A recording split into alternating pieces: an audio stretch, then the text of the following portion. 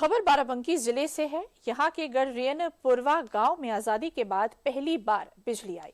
सौभाग्य योजना के तहत इस गांव में बिजली पहुंची और पहली बार ग्रामीणों ने अपने घर को रोशनी से नहाया देखा।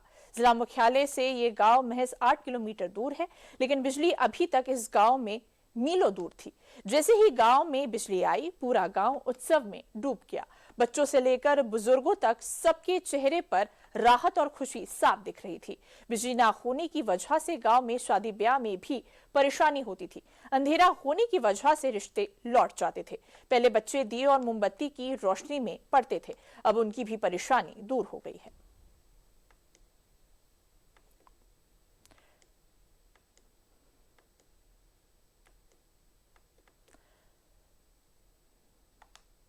हम और आप जब बिजली का पंखा या लाइट जला छोड़ देते हैं तो कई बार हमें ये एहसास भी नहीं होता कि बिजली की क्या अहमियत है हमारी जिंदगी में।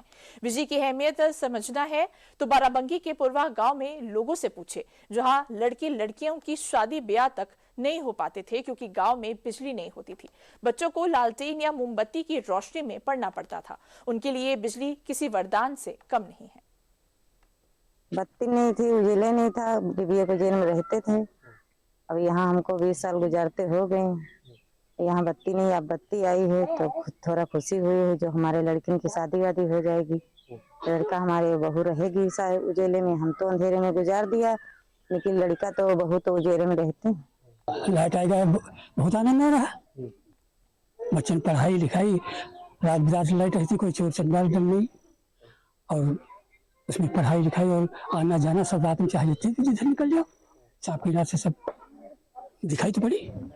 जी सर, मैं पढ़ाती थी यहाँ, तो पढ़ाने में भी दिक्कत हो रही थी। अब लगभग आज़ादी के 78 साल बाद मेरे गांव में लाइट आई है, जिससे मुझे अब तो बहुत खुशी हुई। बच्चों की पढ़ाने भी आसानी होगी।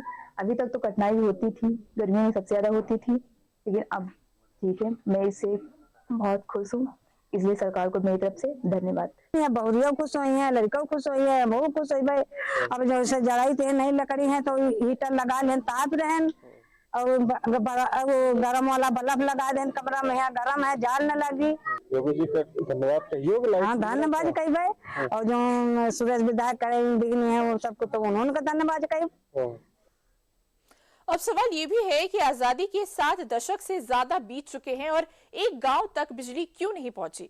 बकौल अधिकारी इस गांव में कई बार बिजली पहुंचाने की कोशिशें हुई, लेकिन कभी प्रशासनिक तो कभी तकनीकी अड़चनों ने ऐसा नहीं होने दिया। बिजली विभाग के एग्जीक्यूटिव इंजीनियर ने पूरे मामले पर क्या कहा, ये भी सुनते हैं। हमारे एक खंड के अधीन एक मजरा था गढ़रियन का पुरवा। वहाँ पे हमारे कई प्रयास हुए कि लेकिन वन विद्युतीकरण हो जाए, लेकिन वहाँ पे एक वन विभाग का रेस्ट्रिक्टेड फॉरेस्ट था, जिसके कारण वहाँ पे विद्युतीकरण नहीं हो पा रहा था। तो डीएम साहब के निर्देश पे और डीएफओ साहब के समन्वय से हम लोगों ने वहाँ पे एक ऑल्टरनेटिव वे निकाला और जो फॉरेस्ट एरिया रेस्ट्रिक्टेड था उसके किनारे किनारे से हमने अलग से एक सर्किट करीब 10 पोल की बना के विद्युतीकरण का कार्य किया है। और इसमें करीब हमारे अभी तक 40 कनेक्शन हो गए हैं और 2 हमने 25 kVA के ट्रांसफार्मर लगाए हैं। अगर कनेक्शंस आते जाएंगे तो हम एडिशनल ट्रांसफार्मर भी वहाँ लगाएंगे। हाँ, ग्रामीण तो काफ़ी उत्साहित थे। वहाँ पे तो कई महिलाएं थी जो कह रही थी कि हमारे घर में बेटों की शादी नहीं हो रही, क्योंकि जब आते हैं लड़की वाले तो कहते हैं यहाँ लाइट नहीं, हमारी बेटी कैसे रहेगी।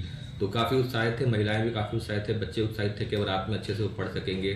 मोबाइल वगैरह का इस्तेमाल वो जाके दूर गाँव में चार्ज करते थे, वो अपने घर पर ही चार्ज कर पाएंगे। तो काफ़ी उत्साहित थे ग्रामीण।